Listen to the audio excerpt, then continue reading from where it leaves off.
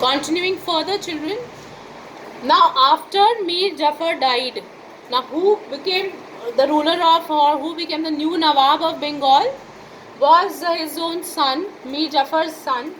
Now, what he had to do, he had to sign a kind of a treaty with the British, in which he had to give all his Nizamat powers. Now, Nizamat means administration, seeking the law and order and the welfare of the people. So, here the Nawab was made to sign, he had to sign his Nizamat powers, and also he had to disband his army. Disbanding army means that he had to give his troops to the British. Now his troops would be fighting for the Britishers. Okay, these two things he had to do.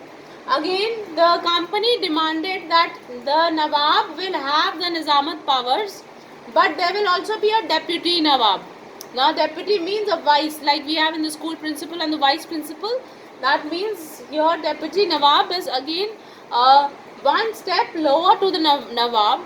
But again, there was a condition that this deputy Nawab will not be able to, nobody or the Nawab cannot remove this deputy Nawab without consulting the company.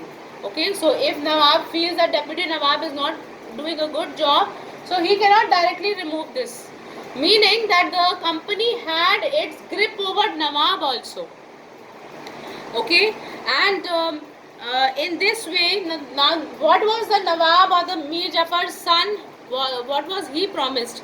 He was promised to be given rupees 53 lakhs as an allowance, which was further reduced afterwards.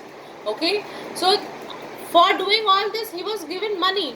Okay, and he got lured by the money, and again he made a deputy Nawab, which was again a company's official. This deputy Nawab was not an Indian, he was a Britisher, and the main purpose of appointing a deputy Nawab was that the company will come to know or will be on terms with what the Nawab is doing.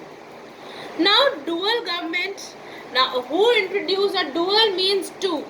Okay, now, so who introduced dual government? Of Bengal had dual government, two governments, and Robert Clive was the governor then who introduced dual government in Bengal. Now, what was the meaning of dual government? That there were two powers who were ruling. One was the Nawab and the other was the company. Okay, now children, we will see how the shift of administration took place, and all the powers of administration and the real rule went into the hands of the company. Okay, so for initially there were two rulers, Nawab and the company. Nawab was given charge of looking after the general administration and law and order, to maintain law and order, and all the things that were really not related to revenue or finance. He was made to look after justice in the criminal cases, those who were criminals, what punishment should be given to them, and all these things the Nawab was doing without financial resources. All the resources of the finance was taken by the Britishers, and instead of those resources he was given a pension, or he was given some money allowance, that is 53 lakhs. Okay, what was the role of the company as a ruler? Was that the company was the main objective. The company was concerned with the collection of the revenue. So whatever money was there, it went into the hands of the company, and went in the pockets of the Britishers. Okay, the justice. Now the company also looked after the justice of the civil cases. Civil means related to people and infrastructure. Okay, so then defense and military, this area was also in the hands of the company. So now children, if you look at these points, you will find that all the main important points in which a ruler is supposed to have, all were in the hands of the company. Imagine that defense of India was in the hands of a foreign power. So Britishers could easily hold India now. Okay, They had all the financial power since they were collecting all the revenue. So they had all the financial powers. Clear? Now children, there was again a famine. The condition in